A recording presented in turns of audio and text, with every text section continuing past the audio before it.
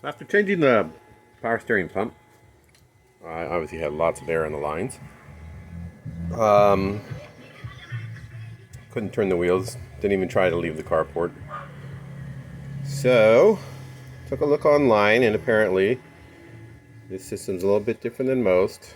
They actually say you need to draw a vacuum on it, run the engine, all that good stuff. I do have a vacuum pump. I don't have a good connection that it's an electric one. Don't have a good connection to make that happen. So here's the deal. Here's what I thought anyway.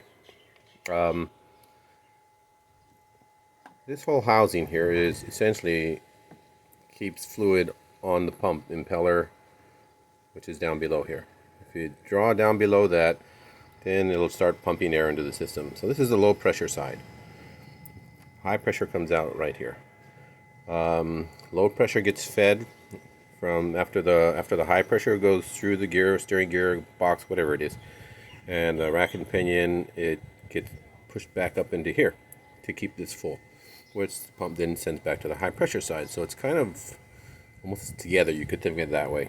Inside the pump housing, you have both the high, this right here, you have both the high and the low pressure side together there. So we jacked the car up like other people say to do for other types of cars. Dead center. I don't need jack stands. I'm not getting under there. If you want jack stands, put them under there. It doesn't matter. Unless, just don't get under it. So, next thing we did was to go over here and, sorry for the lights, cycle the tires back and forth and back and forth. But you just can't do it a number of times. You actually have to watch the level of the fluid in the housing here, because it'll start to rise, because there's nowhere else for it to go.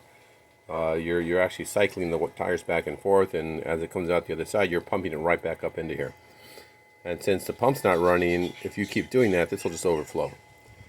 But what you'll see is the fluid that comes back up into here from your system has bubbles in it. Some will be big, some will be small. And this will rise and rise. And when it gets a little too high, like it kind of is right now, then you go over and you roll the engine, crank it so that you make this pulley turn, and you start pumping some of that back into the system and bringing other fluid. Wait, forgot. Sorry. So when it had, after you saw it with bubbles in it, you have to wait for the bubbles to go away. Like, see, this is kind of clear now, right? Then you crank the engine. You don't have to start it. It's faster if you start it, but if you start it, it takes like a half a second. So just turn it off real quick. So we'll draw it way down and give you a more realistic look at what the real level is, if you need to put a little bit more in or not. And guess what? You go back over to the steering wheel and you do it again. And you do it again. And you do that process again and again and again. And you have to wait each time for the bubbles to clear. And you can actually see big ones plopping up, and you can hear them while you're turning the wheels. First time I turned the wheels, it was really difficult. Obviously, I had a lot of air down the lines. It got real easy after that.